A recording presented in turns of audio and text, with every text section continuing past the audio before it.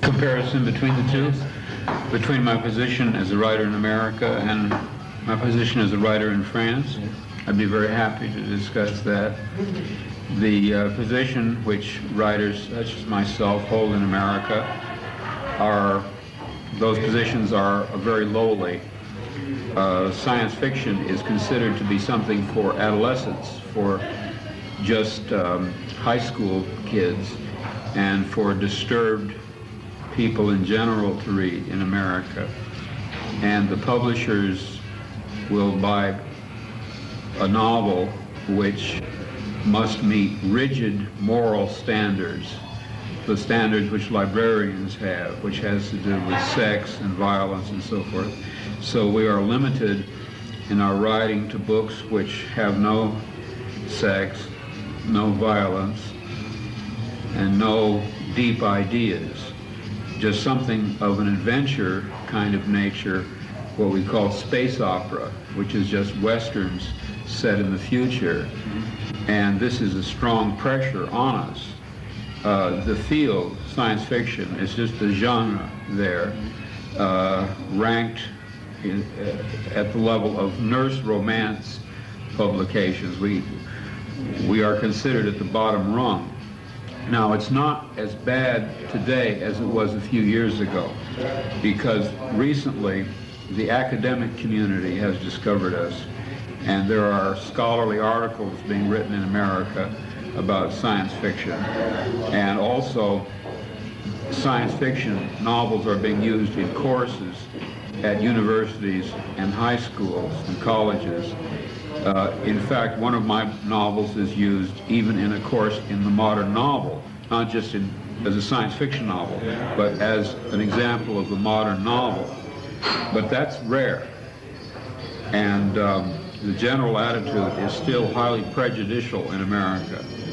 Now, I started out as a pulp writer, doing stories for pulp magazines, and I never imagined myself to have any importance. So I was not dismayed by this attitude. I just took it for granted.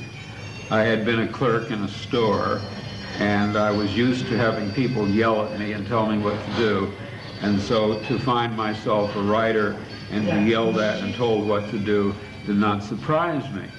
But then I discovered that in Europe, especially in France, science fiction was taken seriously, and the science fiction writer was not regarded as something on the level of a janitor.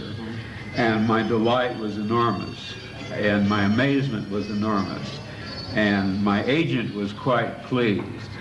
And I began to meet people from France who would come over and visit me.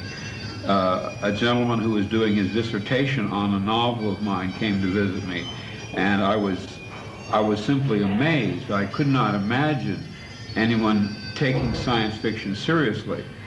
Now, as far as my own work went, I had written what I considered to be serious novels, but they never received any great popularity in America. The largest number of sales of any novel of mine was Solar Lottery, which sold something over 300,000 copies. Man in the High Castle, which I won the Hugo Award for, sold almost, well, by now it sold over 300,000 copies. But by and large, the average American science fiction novel sells about 40 to 50,000 copies, which in a country the size of the United States is a very small portion of the reading public. Now, there are exceptions, of course, like the Andromeda Strain, which become bestsellers, but these always are highly promoted by the publisher and usually involve very simplistic ideas, such as a disease from outer space. Ideas that are archaic, they're no longer really interesting ideas. They're something that H.G. Wells either wrote about or could have written about. And I would say that the greatest stimulus to me as a serious writer has been the French reaction to my writing, which began somewhere between 1964 and 1968. It was in 1964 that Editions Opta first approached me and stated that they wanted to publish all of my work, was what they said. And from their correspondence, I could tell that they had a quite different attitude toward my writing and toward science fiction in general. So I was stimulated to do a much more serious type of novel, just knowing that eventually it would receive a more serious audience. But in America, it was common. For instance, I remember when I purchased my first published story, somebody said to me, "Do you read that kind of stuff?" And I said, "Madam, I not only read it, I write it." And people would say to me, "Well, why don't you write something serious? Why do you write science fiction? Write something serious." By that they meant important. Nevertheless, I did as well as I could. I wrote the most profound, the most imaginative novel I could, and just floated it out into the world and hoped that eventually it would receive an audience. But there is a considerable difference between the French interest in science fiction and the American interest, and I appreciate the French interest enormously. In fact, it would be impossible for me to have continued my career without the help that the French public has given me, both financially and spiritually.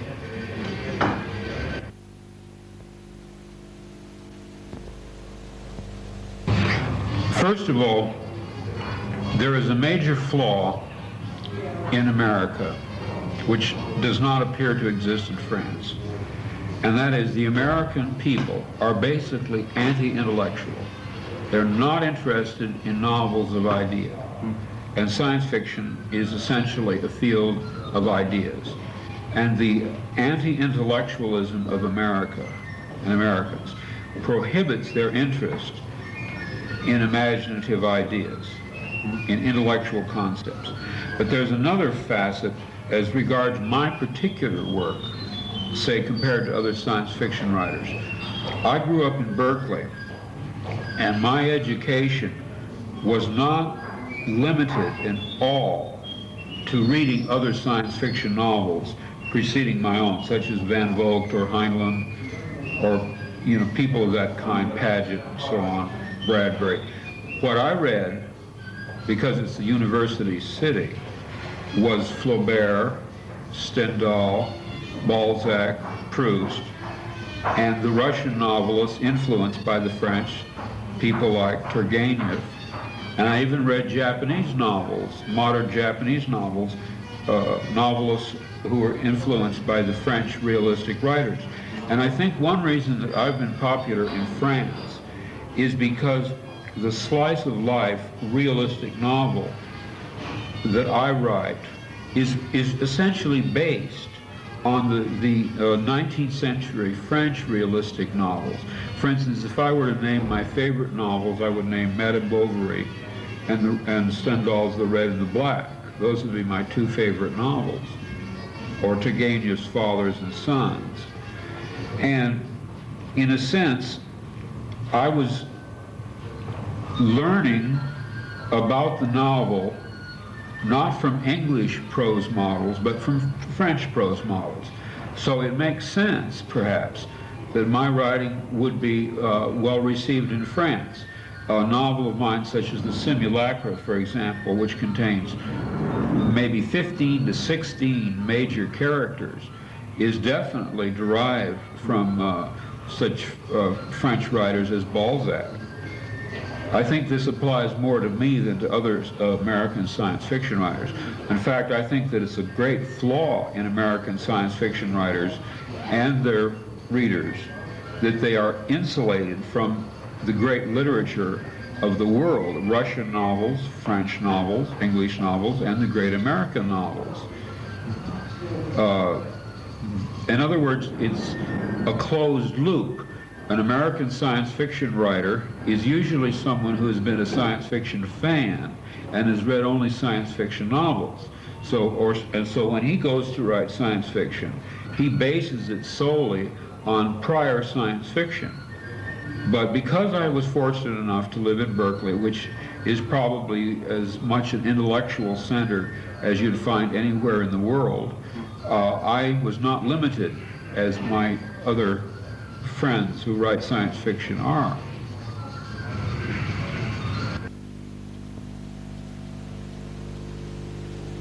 From the publishers? Oh yes, of course. Yes. Such a response, for the people. Yeah. Oh yes, of course I did. Well, I don't want to make it sound as if...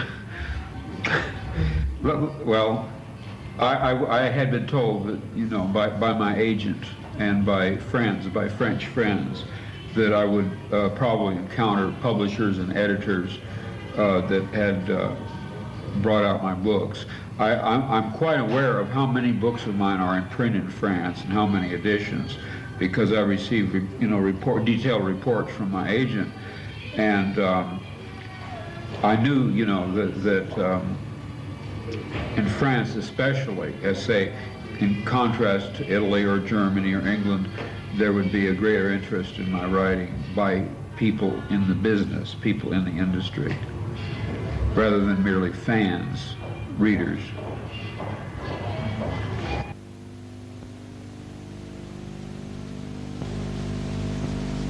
Well,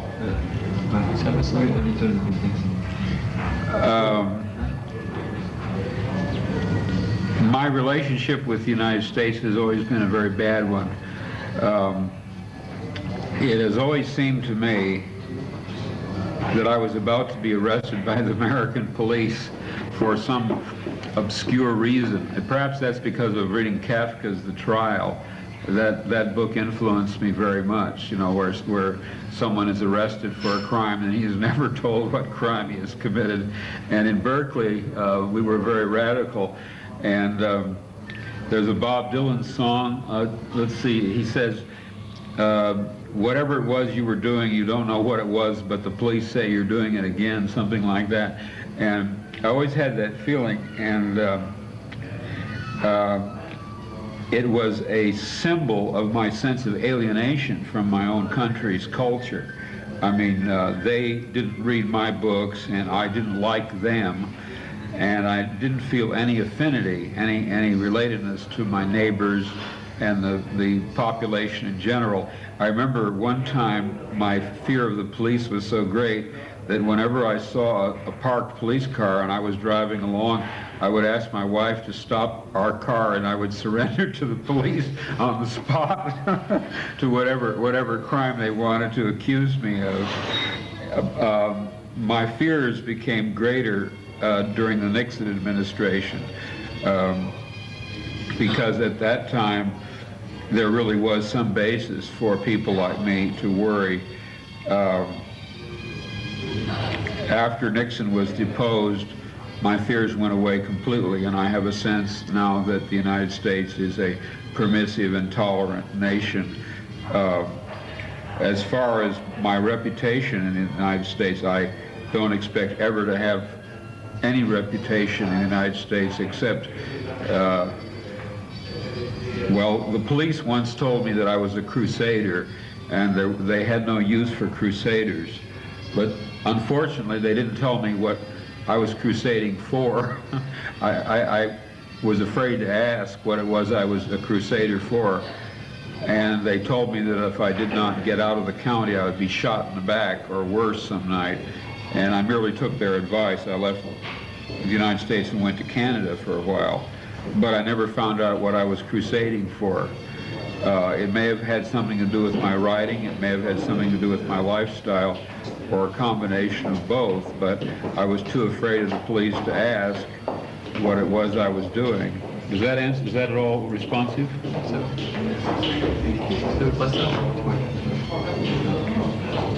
This attitude of mine shows up in my recent novel, A Scanner Darkly, where a narcotics agent winds up reporting on himself, turning over information on himself to his higher-ups. The paranoia of the Nixon period was so great by the government and also by the counterculture, the Berkeley people. Anybody like me who grew up and was part of the Berkeley counterculture became a marked man during the Nixon administration.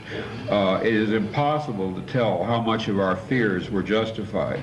I mean, there were illegal entries. My house was broken into, my files were blown open, my papers were stolen. We never found out who did it. My attorney said it was the government. There was no doubt that it was the government. But what they were looking for, I don't know. What they thought I was doing, I don't know. I don't even know if it was the government. But there were many such illegal entries, and an experience like that tends to make you very paranoid, you know, that you are suspected of some crime. But like in Kafka's The Trial, they never told me what it was I had done. They just told me I was a crusader, and they didn't have any need for crusaders. And the fact that I was an intellectual and a writer only made me more suspicious in their eyes. You've got to take into account that in the United States, to be an intellectual, to be a writer, is to wear a sign on your back saying, I am an enemy of the state. I mean, it is something that is hard to understand, I think. There is such an anti-intellectual attitude in America. It's incredible, the suspicion that the authorities have of what they used to call eggheads. Well, they used to call intellectuals eggheads. It was a term of derision. And the term originated in Nazi Germany. Most people don't know this. I happen to know this because I did a lot of research into Nazi Germany for my novel, Man in the High Castle. The term egghead was used by the Sturmabteilung, SA. It referred to the fact that when they beat up people who were defenseless, their skulls cracked so readily against the pavement that the term egghead was evolved by the Sturmabteilung, and that term was carried over into the United States without any knowledge of its origin.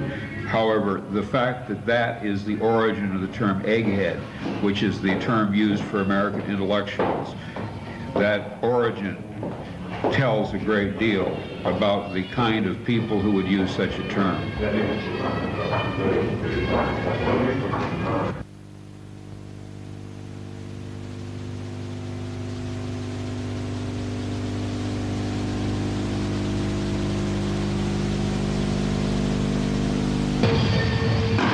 I lost that kind of apprehension abruptly in 1974 when the Nixon administration ceased to exist.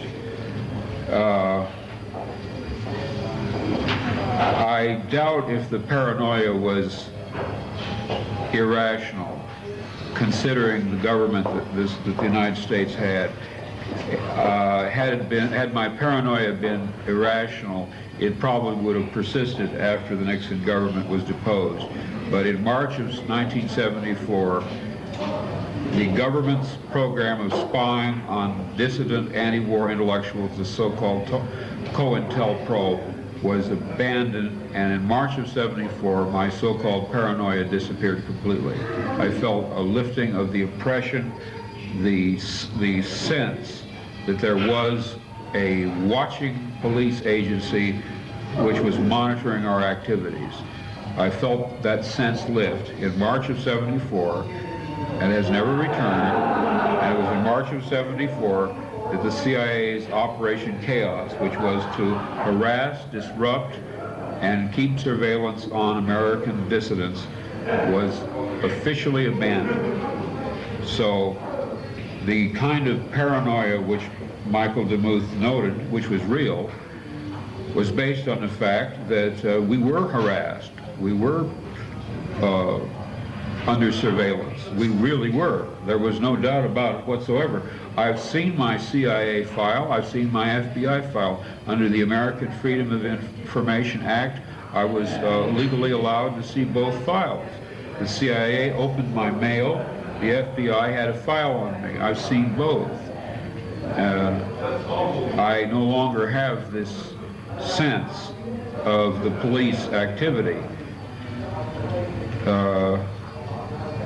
It depends a little on what you mean by paranoia. If you mean a psychotic conviction that you're being persecuted, which is not in accord with reality, I don't think I had that, but boy, I sure thought the cops were watching everything I did, and I was correct. I was tipped off by the criminal underground that my house was being watched. The license plate numbers of every car that stopped in front of my house was taken, and these were not part of my imagination. These were actual events. Anyone who visited me, their license plate number was written down by the people next door, and I was told the house was being watched, and that eventually my house would be hit, my files would be opened, my papers would be taken, and so it came to pass. As I said in the Rolling Stone article on me, when I came home and found my house consisting of nothing but rubble, ruins, chaos, broken windows, smashed doorknobs, blown open files, I said, thank God I'm not crazy. I have real enemies. It's a tremendous relief to discover that somebody really is after me.